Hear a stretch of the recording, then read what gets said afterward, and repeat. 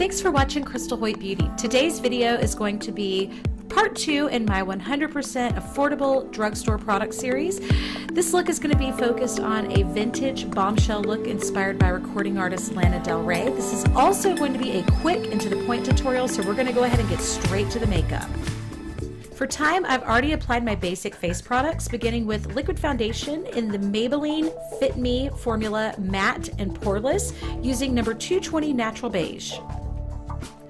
For blemishes and dark spot cover, I've used the Circa Beauty Studio Full Coverage Concealer Stick in light medium. Now I love this concealer for spot covering on the face, but I do not like it under the eyes because it is a little too dry, so I'm using a different concealer there later. I've set the makeup lightly with the e.l.f. HD Loose Powder. For brows, I use the Wet n Wild Universal Stencil Kit, using the wax on the brow to begin, using the powder in the lightest shade to fill in, and then using the NYX Micro Pencil and Taupe to fine tune. Now, if you would like to actually see the way that I applied all of these products, I'm going to include a link below to the first video, the Taupe Metallic Glow look that I did, that actually has the full application of all of these products. The only thing that's different there is that I used a glowing foundation instead of a matte finish foundation. And while you're there, don't forget to click that subscribe button, because I'm going to have my first big subscriber giveaway coming up at the end of the month. I'll have a link below with all of the details. Let's get to the makeup. To prepare the eye for shadows, I'm using the NYX eyeshadow base in Skin Tone. I'm going to be tapping this on from lash to brow all over to even out redness and discoloration.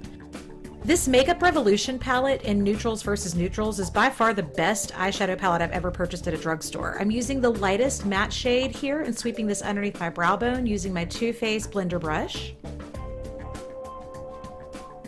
Now using the shade Neutral with the Too Faced All Over Shadow Brush, I'm pressing this onto the lid and going just up to the crease of the eye.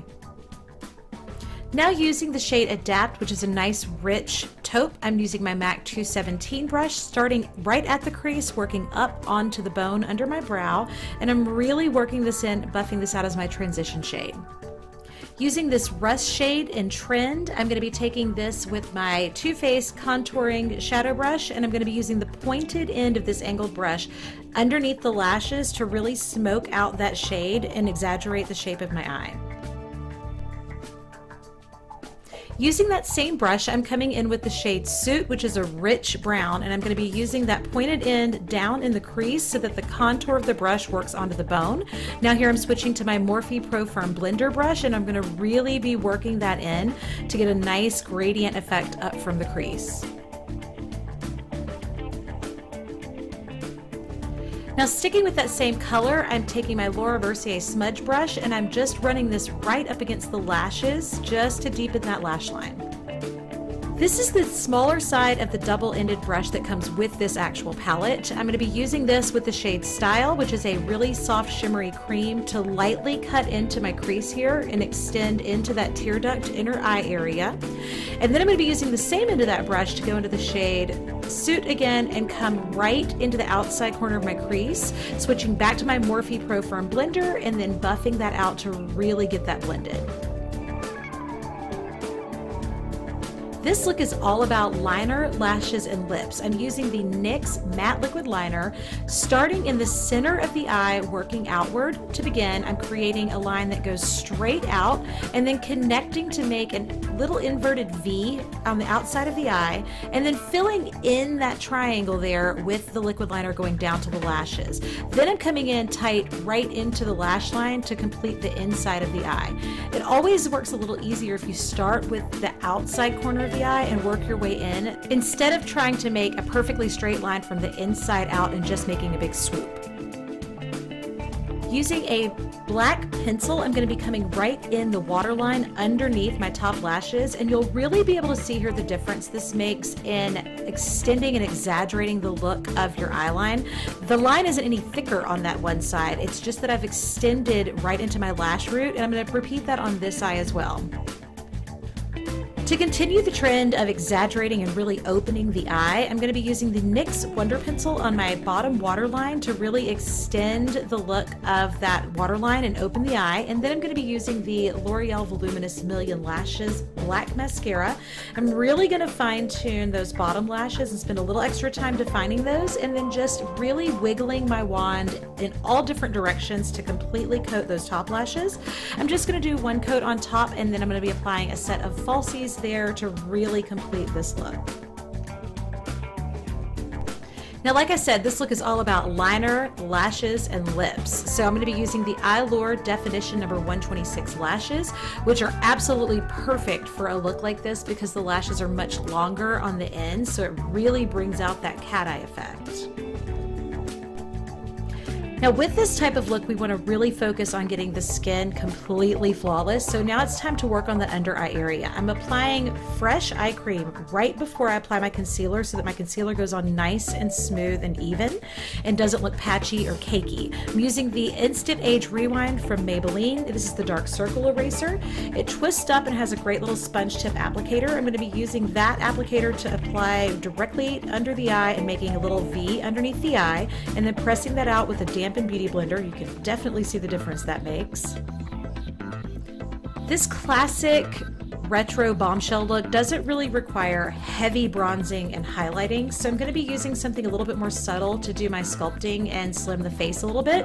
I'm using the NYX Wonder Stick, using the darker side first just to sculpt out the areas that I want to define more, and then I'm going to go back with the lighter side, which is the highlighting end, and I'm going to use that to brighten in the areas that I want to subtly brighten.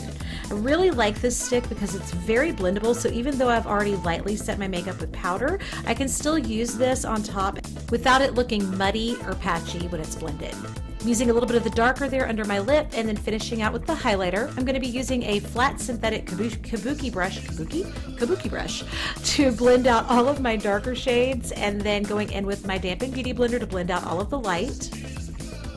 I absolutely love this formula of blush. This is the Milani Powder Blush in Romantic Rose, which is almost in between a pink and a bronze. It's perfect just to stay neutral. I don't want a super bold blush color when I'm going to have such a rich lip.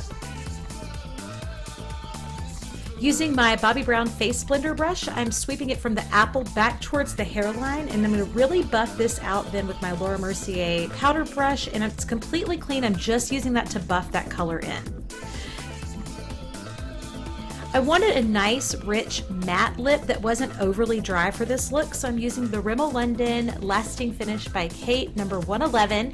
I'm pressing this on with my finger to give the lip more of a stained lip look, and since this red is more of a coral red and it's a little bit more bold and not as deep, I'm applying this first, and then I'm going to be using the pencil to add my definition and depth, and that way it's going to give the lip a very gradient ombre effect. You want your line to be really crisp and precise for this lip look, so I'm using the Palladio lip pencil in Vermouth, and I have it really sharp. And then I'm going in, concentrating on sketching on my outline, and then filling in my entire mouth with pencil except for the very center of my lip.